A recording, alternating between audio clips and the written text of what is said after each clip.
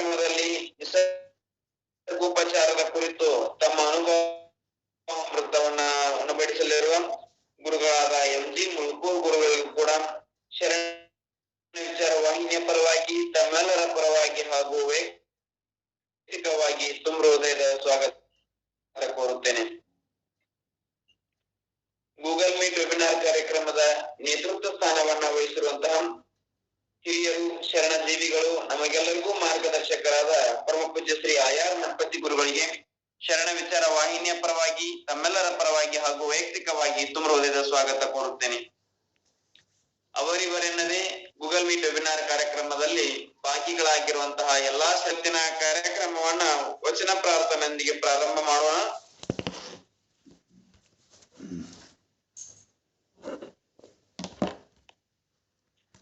ವಚನ ಪ್ರಾರ್ಥನೆಯನ್ನ ತಾಯಿಯವರಾದ ಮಹಾದೇವಿ ತಾಯಿ ಪಾಟೀಲ್ ಅವರು ನೆರವೇರಿಸಿಕೊಡಬೇಕೆಂದು ಅವರಲ್ಲಿ ವಿನಂತಿ.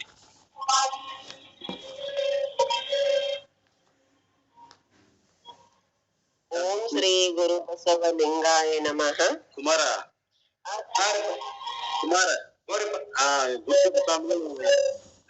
ಜೈನಗರ್ ನೋಡಿ. ಹಾ ಆಗ್ಯಾರಪ್ಪ, ಅವ್ರದ್ದು ಹೇಳ್ರಪ್ಪ ವಚನ ಪ್ರಾರ್ಥನೆ ಅವ್ರದ್ದು ಹೇಳ. ಹಾ ಕ್ಷಮೆ ಇರಲಿ. ಇನ್ಮೇಲೆ ಇವತ್ತಿನ ಕಾರ್ಯಕ್ರಮದ ವಚನ ಪ್ರಾರ್ಥನೆಯನ್ನ ಪರಮ ಪೂಜ್ಯ ಶ್ರೀ ಗುರುಸಿದ್ದೇಶ್ವರ ಮಹಾಸ್ವಾಮಿಗಳು ಬ್ರಹ್ಮಾನಂದ ಮಠ ರಬಕವಿ ಪರಮ ಪೂಜ್ಯರು ಇವತ್ತಿನ ಕಾರ್ಯಕ್ರಮದ ವಚನ ಪ್ರಾರ್ಥನೆಯನ್ನ ನೆರವೇರಿಸಿಕೊಡಬೇಕೆಂದು ಪೂಜ್ಯರಲ್ಲಿ ವಿನಂತಿಸಿಕೊಳ್ಳುತ್ತೇನೆ.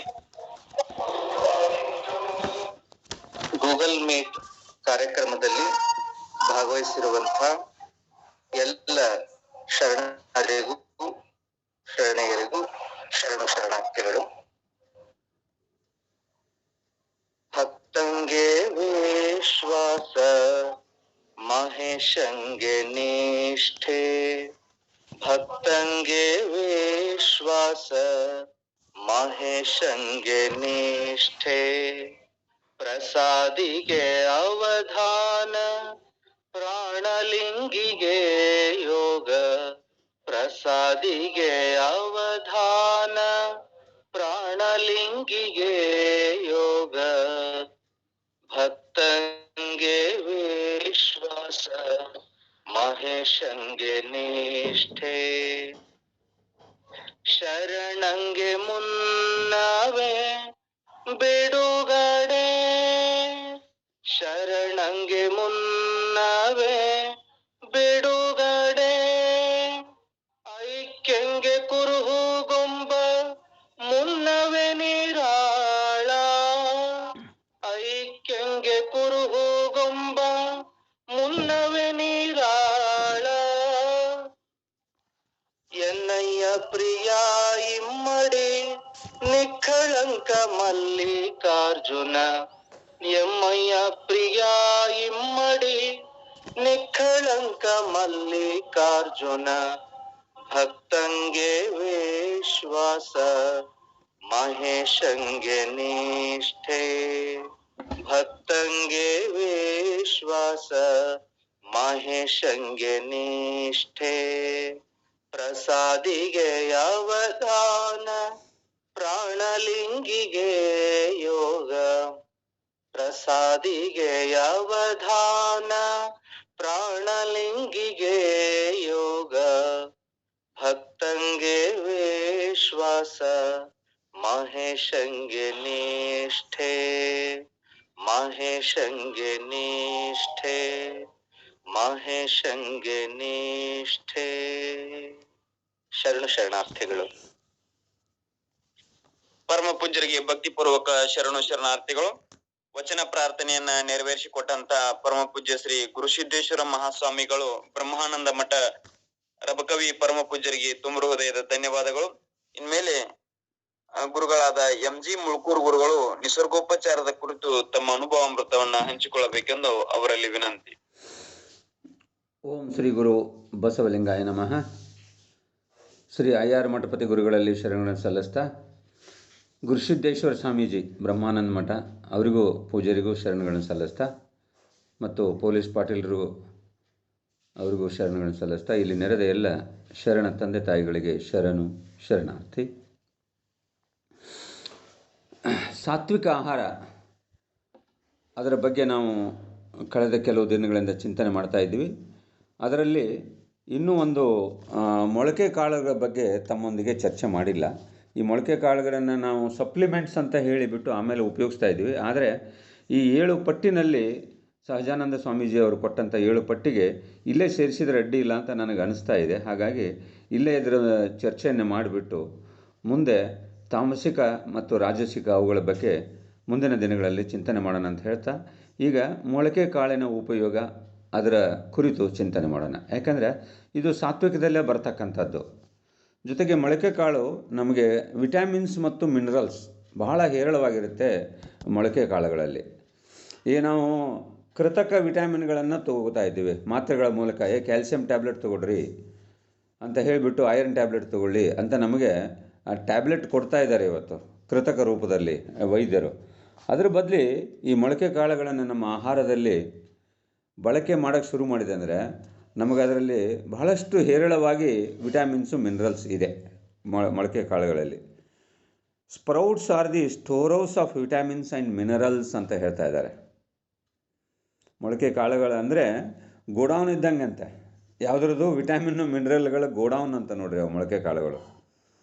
ಅದ್ಭುತ. ಇದು ಮೊಳಕೆ ಕಾಳಲ್ಲಿ ನೋಡಿ, ಮೊಳಕೆ ಕಾಳಿನ ಒಂದು ಇದನ್ನು ನೋಡಿದರೆ, ಅದರ ಒಳಗಡೆ ಇರ್ತಕ್ಕಂಥ ಗುಣವನ್ನು ನೋಡಿದರೆ, ಕಾಳುಗಳಲ್ಲಿ ಜೀವ ಸುಪ್ತವಾಗಿರುತ್ತೆ, ಮಲ್ಕೊಂಡಿರ್ತದೆ. ಒಣಕಾಳಲ್ಲಿ ಯಾವುದೇ ಹೆಸರು ಕಾಳು ಇರ್ಬೋದು, ಮಡಿಕೆ ಕಾಳು ನಮ್ಮಲ್ಲಿ ಹೆಚ್ಚು ಕಡಿಮೆ ಮಾಡ್ತಿರ್ತೀವಿ. ಆದರೆ ಮಡಿಕೆ ಕಾಳು ಮಾಡಿಬಿಟ್ಟು ನಾವು ಏನು ಮಾಡ್ತೀವಿ, ಹೆಸರು ಕಾಳು ನೆನೆ ಹಾಕಿರ್ತೀವಿ. ಅವುಗಳನ್ನು ಕೋಸಂಬರಿ ಮಾಡೋದು ಸ್ವಲ್ಪ ಕಡಿಮೆ ನಮ್ಮಲ್ಲಿ ಉಪಯೋಗಿಸೋದು. ಪಲ್ಯ ಮಾಡಿ ಉಪಯೋಗಿಸ್ತೀವಿ. ಆ ಮಡಿಕೆ ಕಾಳನ್ನು ಹೆಚ್ಚಿಗೆ ಪಲ್ಯ ಮಾಡ್ತಕ್ಕಂಥದ್ದು ಅಥವಾ ಹೆಸರು ಕಾಳು ಪಲ್ಯ ನಾವು ಉಪಯೋಗಿಸ್ತೀವಿ. ಕಡಲೆಕಾಳನ್ನು ಉಪಯೋಗಿಸ್ತಾ ಇರ್ತೀವಿ. ಕಡಲೆಕಾಳು ಗ್ಯಾಸ್ ಆಗುತ್ತೆ ಅಂತ ಕೆಲವರು ಅದನ್ನು ಉಪಯೋಗ ಮಾಡೋದು ಕಡಿಮೆ ಇರುತ್ತೆ. ಆದರೆ ಇದನ್ನು ನಾವು ಉಪಯೋಗ ಮಾಡೋದು ಕುದಿಸಿ ಉಪಯೋಗ ಮಾಡ್ತಾ ಇರ್ತೀವಿ. ಹಸಿದನ್ನೇ ನಾವು ಬಳಸೋದು ಬಹಳಷ್ಟು ಕಡಿಮೆ ಇರುತ್ತೆ. ಈ ಮೊಳಕೆ ಈ ಕಾಳಿನಲ್ಲಿ ಏನಿರುತ್ತೆ ಅಂದರೆ, ಒಣ ಕಾಳಿನಲ್ಲಿ ನೀವು ಎಷ್ಟು ದಿವಸ ಬೇಕಾದ್ರೆ ಹಾಗೆ ಇಟ್ಟು ಭೂಮಿಗೆ ಹಾಕಿಬಿಟ್ರು, ಅದು ಬಿಸಿಲಲ್ಲಿ ಇಟ್ಟು ಭೂಮಿಗೆ ಹಾಕಿಬಿಟ್ರು ಅದು ಹುಟ್ಟುತ್ತೆ. ಬೆಂಗಳೂರಲ್ಲಿ ನಮ್ಮ ವಿಧಾನಸೌಧ ಎದುರಿಗೆ ಹೈಕೋರ್ಟ್ ಇದೆ. ಹೈಕೋರ್ಟನ್ನು ಒಂದು ಕಟ್ಟಡ ಕಟ್ಟೋ ಸಂದರ್ಭದಲ್ಲಿ ಕೆಳಗಡೆ ಭೂಮಿ ಅಗದಾಗ ರಾಗಿ ಸಿಕ್ತಂತೆ. ಸುಮಾರು 400-500 ವರ್ಷದ ಹಿಂದಿದ್ದರೂ ರಾಗಿನೂ ಹಾಗೆ ಉಳಿದಿತ್ತು. ಅಂದರೆ ಅಷ್ಟು ಒಂದು ರಾಗಿಗಾಗಲಿ ಮೊಳಕೆ ಕಾಳಲ್ಲಿ ಒಳಗಡೆ ಅದೇನೂ ಇದಾಗಲಿಲ್ಲ, ಉಪಯೋಗ ಮಾಡೋಕ್ಕಾಗಲಿಲ್ಲ, ಅದು ಬೇರೆ ವಿಷಯ. ಆದರೆ ಲೈಫು ಜಾಸ್ತಿ ಇರ್ತದೆ ಅದರದ್ದು. ಜೋಳದ ಲೈಫು ಜಾಸ್ತಿ ಇರ್ತದೆ. ಯಾಕಂದರೆ ಮೇಲ್ಗಡೆ ಕವರಿಂಗ್ ಇರ್ತದಲ್ಲ, ಭಾಳ ಸ್ಟ್ರಾಂಗ್ ಇರುತ್ತೆ. ಹುರುಳಿದು ಅದೇ ಥರ ಇರುತ್ತೆ. ಸೊ ಈ ಮೊಳಕೆ ಕಾಳುಗಳಿದ್ದಾಗ ಜೀವ ಅದರಲ್ಲಿ ಸುಪ್ತಾವಸ್ಥೆಯಲ್ಲಿರುತ್ತೆ. ಅದನ್ನು ಭೂಮಿಗೆ ಹಾಕಿದರೆ ಹುಟ್ಟುತ್ತೆ. ನೀರಿನ ಸಂಪರ್ಕ ಮತ್ತು ಮಣ್ಣಿನ ಸಂಪರ್ಕ ಬಂದರೆ ಅದರಲ್ಲಿ ಜೀವ ಉತ್ಪತ್ತಿ ಆಗಲಿಕ್ಕೆ ಶುರುವಾಗುತ್ತೆ. ಆ ಮೊಳಕೆ ಅದನ್ನು ನಾವು ಏನು ಮಾಡ್ತಾ ಇದ್ದೀವಿ, ನೀವು ಒಗ್ಗರಣೆ ಕೊಟ್ಟೋ ಅಥವಾ ಅದನ್ನು ಸಾಂಬಾರು ಮಾಡಿಯೋ ಪಲ್ಯ ಮಾಡಿಯೋ ನಾವು ತಿಂತಾ ಇರೋದನ್ನು, ಅದನ್ನು ನೀವು ಭೂಮಿಗೆ ಹಾಕಿದರೆ, ಒಗ್ಗರಣೆ ಕೊಟ್ಟು ಬೆಂಕಿಗೆ ಸಂಪರ್ಕ ಬಂದು ಭೂಮಿಗೆ ಹಾಕಿದರೆ ಅದು ಹುಟ್ಟೋದಿಲ್ಲ. ಅಲ್ಲಿ ಗೊಬ್ಬರ ಆಗಿ ಪರಿವರ್ತನೆ ಆಗುತ್ತೆ. ಭೂಮಿಗೆ ಹಾಕಿದರೆ ಗೊಬ್ಬರ ಆಗಿ ಪರಿವರ್ತನೆ ಆಗುತ್ತೆ. ಅದು ಹಾಗೆ ತಗೊಂಡ್ರೆ ಅದು ಜೀವವನ್ನು ಕೊಡ್ತಕ್ಕಂಥದ್ದು. ಅದು ಬೆಳೆಯೋದನ್ನು ನಾವು ನೋಡ್ತಾ ಇದ್ದೀವಿ. ಬೆಳೆದು ಒಂದು ಕಾಳು ಇದ್ದಿದ್ದು ನಮಗೆ 100 ಕಾಳನ್ನು ನಮಗೆ ಕೊಡ್ತಾ ಇರೋದನ್ನು ನೋಡ್ತಾ ಇದ್ದೀವಿ. ಅಂದರೆ ಲೈಫಲ್ಲಿ ಉತ್ಪತ್ತಿ ಆಗಲಿಕ್ಕೆ ಪ್ರಾರಂಭ ಆಗುತ್ತೆ. ಅದು ಗಮನಿಸಬೇಕು. ಅದರಲ್ಲಿ ಕಾಳುಗಳಲ್ಲಿರ್ತಕ್ಕಂಥ ಏನು ಸಿಂಪಲ್ ಇದು ಅದರಲ್ಲಿ ಏನಿರುತ್ತೆ, ಸ್ಟಾರ್ಚ್ ಇರ್ತದೆ ಹೆಚ್ಚು ಕಡಿಮೆ ಈ ಕಾಳುಗಳಲ್ಲಿ. ಈ ಸ್ಟಾರ್ಚ್ ಇರೋದು ಅದು ಸರಳವಾದ ಒಂದು ಸಕ್ಕರೆ ಅಂಶವಾಗಿ, ಗ್ಲೂಕೋಸ್ ಅಂಶವಾಗಿ, ಫ್ರಕ್ಟೋಸ್ ಅಂಶವಾಗಿ ಪರಿವರ್ತನೆ ಆಗುತ್ತೆ ಅಂತ ಮೊಳಕೆ ಬಂದ ಮೇಲೆ. ಕಾಳುಗಳಲ್ಲಿರ್ತಕ್ಕಂಥ ಗ್ಲೂಕೋಸ್ ಅಂಶ ಅದು ಸಿಂಪಲ್ ಶುಗರ್ ಮತ್ತು ಗ್ಲೂಕೋಸ್ ಫ್ರಕ್ಟೋಸ್ ಆಗಿ ಪರಿವರ್ತನೆ ಆಗ್ತಾ ಇದೆ. ಆಮೇಲೆ ಅದರಲ್ಲಿರ್ತಕ್ಕಂಥ ಪ್ರೋಟೀನ್ ಕಾಂಪ್ಲೆಕ್ಸ್ ಇರ್ತಕ್ಕಂಥದ್ದು, ಅಂದರೆ ಸಂಕೀರ್ಣಗೊಂಡಿರ್ತಕ್ಕಂಥ ಪ್ರೋಟೀನು ಅದು ಬದಲಾವಣೆಯಾಗಿ ಪರಿವರ್ತನೆಯಾಗಿ ಫ್ರೀ ಅಮಿನೋ ಆಸಿಡ್ ಆಗಿ ಪರಿವರ್ತನೆ ಆಗುತ್ತೆ. ಸರಳವಾದ ಫ್ರೀ ಅಮಿನೋ ಆಸಿಡ್ ಅಂದರೆ ಬಾಡಿಗೆ ಹೀರ್ಕೊಳ್ತಕ್ಕಂಥದ್ದು. ಇವು ಸ್ವಲ್ಪ ಟೆಕ್ನಿಕಲ್ ಇದ್ದಾವೆ. ಸೈನ್ಸ್ ವಿದ್ಯಾರ್ಥಿಗಳಿಗೆ ಗೊತ್ತಾಗುತ್ತೆ. ನಾನು ಕಾಮರ್ಸ್ ವಿದ್ಯಾರ್ಥಿ, ನನಗೂ ಅಷ್ಟು ಇದು ನಿಮಗೆ ಎಕ್ಸ್ಪ್ಲೇನ್ ಮಾಡೋಕ್ಕೆ ಕಷ್ಟ ನನಗೂ.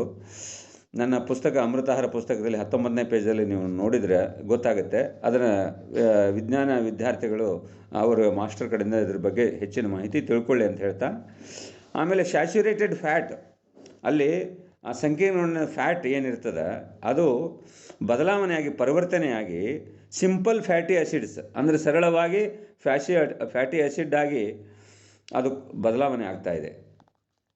ಆಮೇಲೆ ಅದರಲ್ಲಿರ್ತಕ್ಕಂಥ ಪ್ರೋಟೀನ್, ಕಾಳುಗಳಲ್ಲಿ ಪ್ರೋಟೀನ್ ಇದೆ ಜಾಸ್ತಿ. ಮಕ್ಕಳಿಗೆ ಕಾಳುಗಳು ಬೆಳವಣಿಗೆಗೆ ಕೊಡ್ತಕ್ಕಂಥದ್ದು ಈ ಪ್ರೋಟೀನ್. ಎಗ್ ತಿನ್ನಿ, ಎಗ್ಗಲ್ಲಿ ಪ್ರೋಟೀನ್ ಇದೆ ಅಂತ ಹೇಳ್ತಿರ್ತಾರೆ. ಎಗ್ ಬಗ್ಗೆ ಆಮೇಲೆ ಹೇಳ್ತೀನಿ ಅದು ಬಂದಾಗ. ಈ ಪ್ರೋಟೀನು ಬೆಳವಣಿಗೆಗೆ ಬಹಳ ಹೆಲ್ಪ್ ಆಗ್ತಕ್ಕಂಥದ್ದು. ಅದು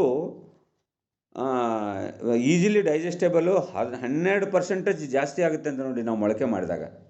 ಆ ಪ್ರೋಟೀನ್, ಕಾಳುಗಳಲ್ಲಿರುವ ಪ್ರೋಟೀನು 12% ಜಾಸ್ತಿ ಆಗುತ್ತೆ. ಆಮೇಲೆ ವಿಟಮಿನ್ ಬಿ, ಕಾಳುಗಳಲ್ಲಿ ವಿಟಮಿನ್ ಬಿ ಅನ್ನೋದು 3ರಿಂದ 10 ಪಟ್ಟು ಜಾಸ್ತಿ ಆಗುತ್ತೆ. ಆಮೇಲೆ ವಿಟಮಿನ್ ಎ, ಇ, ಕೆ ನೋಡಿ, ಕಾಳುಗಳಲ್ಲಿ, ಮೊಳಕೆ ಕಾಳುಗಳಲ್ಲಿ ವಿಟಮಿನ್ ಎ, ಇ, ಕೆ ಮತ್ತು ಕೆ ಅವು ಸಹಿತ ಜಾಸ್ತಿ ಆಗುತ್ತೆ. ಆಮೇಲೆ ಕಾಳುಗಳಲ್ಲಿ, ಒಣ ಕಾಳುಗಳಲ್ಲಿ ವಿಟಮಿನ್ ಸಿ ಇರೋದಿಲ್ಲ. ಆ ವಿಟಮಿನ್ ಸಿ ಯಾವಾಗ ಬರ್ತದೆ ಅಂದರೆ, ನೀವು ಯಾವಾಗ ನೀರಿಗೆ ಸಂಪರ್ಕ ಬಂತು, ಮೊಳಕೆ ಮಾಡೋಕ್ಕೆ ಪ್ರಾರಂಭ ಆಗುತ್ತೆ, ಆವಾಗ ವಿಟಮಿನ್ ಸಿ ಉತ್ಪತ್ತಿ ಆಗುತ್ತೆ. ನೋಡಿ, ವಿಟಮಿನ್ ಸಿ ಕಾಳುಗಳಲ್ಲಿ ಇಲ್ಲದೇ ಇರೋದು, ಮೊಳಕೆ ನೀವು ಶುರು ಮಾಡಿದ್ದೀರಿ ಅಂದರೆ ವಿಟಮಿನ್ ಸಿ ಉತ್ಪತ್ತಿಯಾಗಕ್ಕೆ ಸ್ಟಾರ್ಟ್ ಆಗುತ್ತೆ. ಅದರ ಜೊತೆಗೆ ಮಿನರಲ್ಸ್, ಖನಿಜಗಳೇನು ಕರಿತೀವಿ, ಕ್ಯಾಲ್ಸಿಯಂ, ಫೈಬರ್, ಜಿಂಕ್ ಮತ್ತು ಐರನ್ ಅಂದರೆ ಕಬ್ಬಿಣ ಅಂಶ, ಅವುಗಳನ್ನು ಈ ಮೊಳಕೆ ಕಾಳುಗಳು ಪಡ್ಕೋತಾವಂತ ನೋಡಿ. ಹಾಗಾಗಿ ನಿಮಗೆ ಅದಕ್ಕೆ ಹೇರಳವಾಗಿ ಅದು ಏನು ಗೋಡೌನ್ ಅಂತ ಯಾಕೆ ಕರೆದಿದ್ದು ಅಂದರೆ, ಅದರಲ್ಲಿ ಉತ್ಪತ್ತಿ ಆಗೋಕ್ಕೆ ಶುರು ಆಗುತ್ತೆ. ಅದರಾಗೆ ಮೊಳಕೆ ಕಾಳಿನಲ್ಲಿ ಸಂಪರ್ಕ ಬಂದಾಗ ಜೀವಿ ಒಂದು ಉತ್ಪತ್ತಿಯಾಗುವ ಎಲ್ಲ ಅಂಶಗಳು, ಪೋಷಕಾಂಶಗಳು ಅದರಲ್ಲಿ ಶುರುವಾಗುತ್ತೆ. ಮೊಳಕೆಯು ಕ್ಲೋರೋಫಿಲ್ಲನ್ನು ಉತ್ಪತ್ತಿ ಮಾಡುತ್ತದೆ. ಮೊಳಕೆ ಕ್ಲೋರೋಫಿಲ್ಲನ್ನು ಉತ್ಪತ್ತಿ ಮಾಡುತ್ತೆ. ಕ್ಲೋರೋಫಿಲ್ ಬೇಕಾಗುತ್ತೆ, ಪತ್ರ ಹರಿತ್ತು ಅಂತ ನಾವೇನು ಕರಿತೀವಿ, ಅದು ಉತ್ಪತ್ತಿ ಮಾಡ್ತದೆ. ಇನ್ನೂ ಒಂದು ಅದ್ಭುತ ವಿಚಾರ ತಮಗೆ ಹೇಳಬೇಕು ಅಂದರೆ, ಮೊಳಕೆ ಭಾಗದಲ್ಲಿ ಇನ್ಸುಲಿನ್ ಉತ್ಪತ್ತಿಗೆ ಸಹಾಯವಾಗುವ ಎಂಜೈಮ್ಗಳಿದೆ. ಮೊಳಕೆ ಭಾಗದಲ್ಲಿ ಇನ್ಸುಲಿನ್ ಉತ್ಪತ್ತಿಗೆ ಸಹಾಯವಾಗುವ ಎಂಜೈಮ್ಸ್ ನೋಡಿ. ನಮ್ಮ ಪ್ಯಾನ್ಕ್ರಿಯಾ ಈ ಏನು ಅಲ್ಲಿ ಇನ್ಸುಲಿನ್ ಪ್ರೊಡಕ್ಷನ್ ಆಗುತ್ತೆ. ಆ ಇನ್ಸುಲಿನ್ ಪ್ರೊಡಕ್ಷನ್ ಆದರೆ ನಮ್ಮಲ್ಲಿರುವ ದೇಹದ ಸಕ್ಕರೆ ಅಂಶ ಅದು ಜೀರ್ಣ ಮಾಡಿಕೊಳ್ಳುತ್ತೆ. ಆ ಇನ್ಸುಲಿನ್ನ ಕೊರತೆ, ಏರುಪೇರು ಆಗೋದ್ರಿಂದ ಇವತ್ತು ಡಯಾಬಿಟಿಕ್ ರೋಗ ಬರ್ತಾಯಿದೆ. ಹಾಗಾಗಿ ಆ ಇನ್ಸುಲಿನ್ ಉತ್ಪತ್ತಿ ಮಾಡಲಿಕ್ಕೆ ಬೇಕಾದಂಥ ಮೂಲ ಅಂಶಗಳನ್ನು ಕೊಡ್ತಕ್ಕಂಥದ್ದು ಮೊಳಕೆ ಕಾಳು. ಹಾಗಾಗಿ ಡಯಾಬಿಟಿಕ್ ಪೇಷಂಟ್ಗಳಲ್ಲಿ ನಾವು ಬಹಳಷ್ಟು ನೋಡಿದ್ದೀವಿ. ಅವರಲ್ಲಿ ಈ ಮೊಳಕೆ ಕಾಳನ್ನು ನಾವು ಸ್ಟಾರ್ಟ್ ಮಾಡಿದ ತಕ್ಷಣ ಅವರ ಒಂದು ಸಕ್ಕರೆ ಅಂಶ ಕಡಿಮೆ ಆಗ್ತಕ್ಕಂಥದ್ದು. ಅವರಿಗೆ ಬಹಳ ಪ್ರಯೋಜನ ಆಗುತ್ತೆ ಡಯಾಬಿಟಿಕ್ ರೋಗಿಗಳಿಗೆ ಈ ಮೊಳಕೆ ಕಾಳುಗಳನ್ನು ಮಾಡೋದರಿಂದ. ಹಾಗಾಗಿ ಬಹಳ ಒಳ್ಳೆಯದು ಅದು. ಯಾಕೆಂದರೆ ಮೊಳಕೆ ಭಾಗದಲ್ಲಿ ಇನ್ಸುಲಿನ್ ಉತ್ಪತ್ತಿ ಮಾಡೋ ಎಂಜೈಮ್ಸ್ ಇದ್ದಾವೆ. ಆಹಾರದಲ್ಲಿ ಸಕ್ಕರೆ ರೋಗ ಯಾಕೆ ಬರ್ತಾ ಇದೆ ಅಂದರೆ, ಸಕ್ಕರೆ ಒಂದು ತಿನ್ನೋದ್ರಿಂದನೂ ಆಗಿರ್ಬೋದು, ಅಕ್ಕಿನಲ್ಲಿ ಆ ಮೊಳಕೆ ಭಾಗ ತೆಗೆದು ಹಾಕಿರ್ತೀವಿ. ಹಾಗಾಗಿ ಅದರಿಂದ ಸಹಿತ ನಮಗೆ ಸಕ್ಕರೆ ರೋಗ ಬರಲಿಕ್ಕೆ ಚಾನ್ಸ್ ಆಗುತ್ತೆ. ಇವತ್ತು ನಾವು ಮೊಳಕೆ ಮಾಡೋದ್ರಿಂದ ಏನೇನಾಗುತ್ತೆ ಅನ್ನೋದ್ರ ಬಗ್ಗೆ ನೋಡಿದ್ದೀವಿ. ಅದರಲ್ಲಿರ್ತಕ್ಕಂಥ ಸ್ಟಾರ್ಚ್ ಹೇಗೆ ಬದಲಾವಣೆ ಆಗುತ್ತೆ, ಪ್ರೋಟೀನ್ ಬದಲಾವಣೆ ಹೆಂಗಾಗುತ್ತೆ, ಫ್ಯಾಟ್ ಹೆಂಗಾಗುತ್ತೆ, ಅದರ ಜೊತೆಗೆ ಅದರಲ್ಲಿ ಪ್ರೋಟೀನ್ 12% ಜಾಸ್ತಿ ಆಗೋದನ್ನು, ಎ, ಬಿ, ಇ, ಕೆ ಮತ್ತು ವಿಟಮಿನ್ ಸಿ ಉತ್ಪತ್ತಿ ಆಗೋದನ್ನು, ಅವು ಮೊಳಕೆದ ಭಾಗದಲ್ಲಿ ಬರುತ್ತೆ ಅಂತ ಅನ್ನೋ ವಿಷಯವನ್ನು ಇವತ್ತು ನೋಡಿದ್ದೀವಿ. ಯಾವ್ಯಾವ ಕಾಳನ್ನು ಮಾಡ್ಬೋದು, ಹೇಗೆ ಮಾಡ್ಬೋದು, ಮೊಳಕೆ ಕಾಳಿಂದ ಏನೇನು ತಿಂಡಿ ಮಾಡ್ಬೋದು ಅನ್ನೋ ವಿಚಾರವನ್ನು ಮತ್ತೆ ಮುಂದಿನ ದಿನಗಳಲ್ಲಿ ಚಿಂತನೆ ಮಾಡೋಣ ಅಂತ ಹೇಳ್ತಾ ಇಲ್ಲಿಗೆ ನನ್ನ ಮಾತನ್ನು ನಿಲ್ಲಿಸ್ತಾ ಇದ್ದೇನೆ. ಸರ್ವರಿಗೂ ಶರಣಾರ್ಥಿ. ಇಲ್ಲಿವರೆಗೆ ಶ್ರೀ ಎಂ ಜಿ ಮುಳ್ಕೂರ್ ಅವರು ಮೊಳಕೆ ಕಾಳುಗಳ ಲಾಭ ಏನು ಅನ್ನೋದನ್ನ ತಿಳಿಸಿಕೊಟ್ಟಿದ್ದಾರೆ. ಮೊಳಕೆ ಕಾಳುಗಳನ್ನ ನಾವು ಕುದಿಸಲಾರದೆ, ಹಾಗೆ ಅವುಗಳನ್ನು ಉಪಯೋಗ ಮಾಡಿದರೆ ದೇಹದ ಮೇಲೆ ಹೆಚ್ಚು ಪರಿಣಾಮವನ್ನು ಉಂಟು ಮಾಡ್ತಾ ಇದೆ. ಸ್ಟಾರ್ಚ್ ಬಿಡುಗಡೆ ಆಗ್ತಾ ಇದೆ, ಕ್ಲೋರೋಸಿಲ್ ಬಿಡುಗಡೆ ಆಗ್ತಾ ಇದೆ, ಅದೇ ರೀತಿಯಾಗಿ ಇನ್ಸುಲಿನ್ ಬಿಡುಗಡೆ ಆಗ್ತಾ ಇದೆ. ಇಷ್ಟೆಲ್ಲ ಅದ್ಭುತವಾದಂತಹ ಕ್ರಿಯೆ ನಮ್ಮ ಶರೀರದಲ್ಲಿ ನಡೆಯುವುದು ಈ ಮೊಳಕೆ ಕಾಳುಗಳನ್ನು ಉಪಯೋಗ ಮಾಡಿಕೊಳ್ಳುವುದರಿಂದ. ಆ ಕಾರಣಕ್ಕಾಗಿ ನಾವು ಇಂದಿನ ದಿನಮಾನದಲ್ಲಿ ಮೊಳಕೆ ಕಾಳುಗಳನ್ನು ಹೆಚ್ಚು ಹೆಚ್ಚು ಉಪಯೋಗ ಮಾಡಿಕೊಳ್ಳಬೇಕು ಅನ್ನುವಂತ ಒಂದು ಸಂದೇಶವನ್ನ ಕೊಟ್ಟಿದ್ದಾರೆ ಶ್ರೀ ಎಂ ಜಿ ಮುಳ್ಕೂರ್ ಅವರಿಗೆ ಎಲ್ಲರ ಪರವಾಗಿ ಭಕ್ತಿಯ ಶರಣಾರ್ಥಿಗಳು. ಕುರಿಯ ಗದ್ದುಗೆಯ ಕರ್ತೃ ಆತ್ಮೀಯರಾದ ಶ್ರೀ ಬಾಪುಗೌಡ ಪಾಟೀಲ್ರು ತಮ್ಮ ಚಿಂತನೆಯನ್ನ ಆರಂಭ ಮಾಡಬೇಕೆಂದು ಅವರಲ್ಲಿ ಭಿನ್ನ.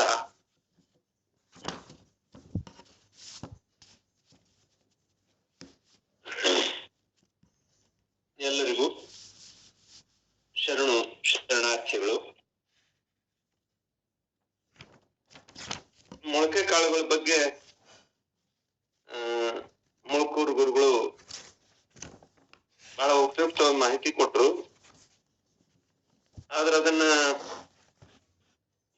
ಯಾವ ಪ್ರಮಾಣದಲ್ಲಿ ತಗೋಬೇಕು, ಯಾವಾಗ ತಗೋಬೇಕು ಅನ್ನೋದನ್ನು ಹೇಳಿದ್ರೆ ಒಳ್ಳೇದು. ನಾಳೆ ಅವರು ಹೇಳ್ಬಹುದು ಅಂತ ನಾನು ಗೆಸ್ ಮಾಡ್ತೀನಿ.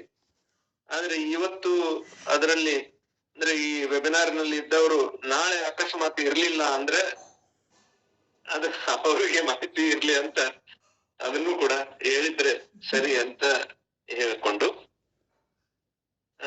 ಉರಿಯ ಗದ್ದುಗೆಯ ಅಧ್ಯಾಯ 3 ಪರಂಜ್ಯೋತಿ. ನಾನು ಹಿಂದಿನ ಅಧ್ಯಾಯದಲ್ಲಿ ಶಿವಯೋಗ ಮಂದಿರದಲ್ಲಿ ಕೇವಲ 1 ತಿಂಗಳು ಮಾತ್ರ ಇದ್ದು ಅಲ್ಲಿಂದ ಬಂದಂತಹ ಸಿದ್ಧಲಿಂಗ ದೇವರು, ಸಿದ್ದರಾಮ ದೇವರು, ಆವಾಗ ಅವರು ಮತ್ತೆ ಎಲ್ಲಿಗೆ ಬರ್ತಾರೆ ಅಂತಂದ್ರೆ 3000 ಮಠಕ್ಕೆ ಬರ್ತಾರೆ. ಆ 3000 ಮಠದ ಕುರಿತಾಗಿ ಹೇಳುವುದು ಹೇಗೆ, ನನಗೆ ವಿಶಿಷ್ಟ ಒಳನೋಟವನ್ನು, ಸಾಹಿತ್ಯಿಕ ದೃಷ್ಟಿಕೋನವನ್ನು ನೀಡಿದ 3000 ಮಠದ ಬಗ್ಗೆ ನನಗೆ ಎಲ್ಲದ ಗೌರವ ಅಂತ. ಹಾಗೆ ಸ್ವತಃ ಸಾಹಿತಿಗಳು, ವಿದ್ವಾಂಸರು ಆಗಿದ್ದ ಜಗದ್ಗುರು ಗಂಗಾಧರ ರಾಜಯೋಗೀಂದ್ರ ಮಹಾಸ್ವಾಮಿಗಳ ಬಗ್ಗೆ ಕೂಡ. ಲಿಂಗಾಯತ ವಿರಕ್ತ ಪರಂಪರೆಯ ಮಠಗಳಲ್ಲಿ ಒಂದಾಗಿರುವ ಈ ಮಠಕ್ಕೆ ಸಾವಿರಾರು ಶಾಖಾ ಮಠಗಳು, ಅದಕ್ಕೆ ಅದು 3000 ಮಠ ಅಂತ ಅನಿಸ್ಕೊಂಡದ್ದು. ವಿರಕ್ತ ಪರಂಪರೆಯಲ್ಲಿ ಗುರುತಿಸಲಾದ ಸಮಯ ಭೇದಗಳ ಪೈಕಿ ಇದು ಕುಮಾರ ಸಮಯ ಭೇದಕ್ಕೆ ಸೇರಿದ್ದ ಮೂಲ ಮಠ ಎಂದು ಹೇಳಲಾಗುತ್ತದೆ. ಜಿಲ್ಲಾ ಸಮಯ, ಮುರುಘಾ ಸಮಯ ಹಾಗೂ ಸಂಪಾದನಾ ಸಮಯ ಇತರೆ ಸಮಯ ಭೇದಗಳು. ಮಠ ಚಿಲ್ಲಾಳ ಸಮಯಕ್ಕೆ ಸೇರಿದ್ದು. ಬೆಳಗಾವಿ ಜಿಲ್ಲೆಯ ಕೊಣ್ಣೂರು ಮರಡಿ ಮಠದ ಪೀಠಾಧಿಕಾರಿಯು, ನಾಗನೂರು ಶಿವಬಸವ ಸ್ವಾಮಿಗಳ ಆಪ್ತ ಸ್ನೇಹಿತರು, ಆನಗಲ್ಲ ಶ್ರೀ ಕುಮಾರ ಶಿವಯೋಗಿಗಳ ನೆಚ್ಚಿನ ಶಿಷ್ಯರೂ ಆಗಿದ್ದ ಕೆಂಪಯ್ಯ ಸ್ವಾಮಿಗಳನ್ನು 1925ರಲ್ಲಿ 3000 ಮಠದ ಪೀಠಾಧ್ಯಕ್ಷರನ್ನಾಗಿ ಮಾಡಿದ ನಂತರ ಈ ಮಠದಲ್ಲಿ ಸುಧಾರಣೆಯ ಗಾಳಿ ಬೀಸತೊಡಗುತ್ತದೆ. ಶ್ರೀ ಗುರುಸಿದ್ದರಾಜಯೋಗೀಂದ್ರ ಮಹಾಸ್ವಾಮಿಗಳು ಎಂದು ನಾಮಕರಣಗೊಂಡ ಅವರು ಶೈಕ್ಷಣಿಕ, ಸಾಮಾಜಿಕ ಹಾಗೂ ಸಾಹಿತ್ಯಿಕ ಸೇವಾ ಕಾರ್ಯಗಳನ್ನ ಕೈಗೊಳ್ತಾರೆ. ಇವರು ಸ್ಥಾಪಿಸಿದ ಶ್ರೀ ಜಗದ್ಗುರು ಗಂಗಾಧರ ಧರ್ಮ ಪ್ರಸಾರಕ ಮಂಡಳ ಎಂಬ ಪ್ರಕಾಶನ ಸಂಸ್ಥೆಯ ಮೂಲಕ ಅನೇಕ ಸಂಸ್ಕೃತ, ಕನ್ನಡ ಹಾಗೂ ಇಂಗ್ಲಿಷ್ ಕೃತಿಗಳನ್ನು ಪ್ರಕಟಿಸುತ್ತಾರೆ. ಪಂಡಿತ್ ಬಸವರಾಜ ಶಾಸ್ತ್ರಿಗಳ ಸಂಸ್ಕೃತ ವ್ಯಾಕರಣ ದರ್ಪಣ, ಹೊಳಲ ಚಂದ್ರಶೇಖರ ಶಾಸ್ತ್ರಿಗಳು ಬರೆದಂತಹ ಕಾಡಸಿದ್ದೇಶ್ವರರ ವಚನ 1937ನೇ ಇಸ್ವಿಯಲ್ಲಿ ಅದು ಪ್ರಕಟ ಆಗಿದ್ದು. ಈ ಕುಂದಣಗಾರರ ಹರಿಹರ ದೇವ, ರಂಗನಾಥ್ ದಿವಾಕರ್ ಅವರ ವಚನಶಾಸ್ತ್ರ ರಹಸ್ಯ ಮತ್ತು ಡಾಕ್ಟರ್ ಎಸ್.ಎಂ. ಹುಣಸಾಳ್ ಅವರ ಇಂಗ್ಲಿಷ್ ಕೃತಿ ದ ಲಿಂಗಾಯತ್ ಮೂವ್ಮೆಂಟ್ ಆರಂಭದ ಹಂತದಲ್ಲಿ ಪ್ರಕಟವಾದ ಮಹತ್ವದ ಗ್ರಂಥಗಳಿವು.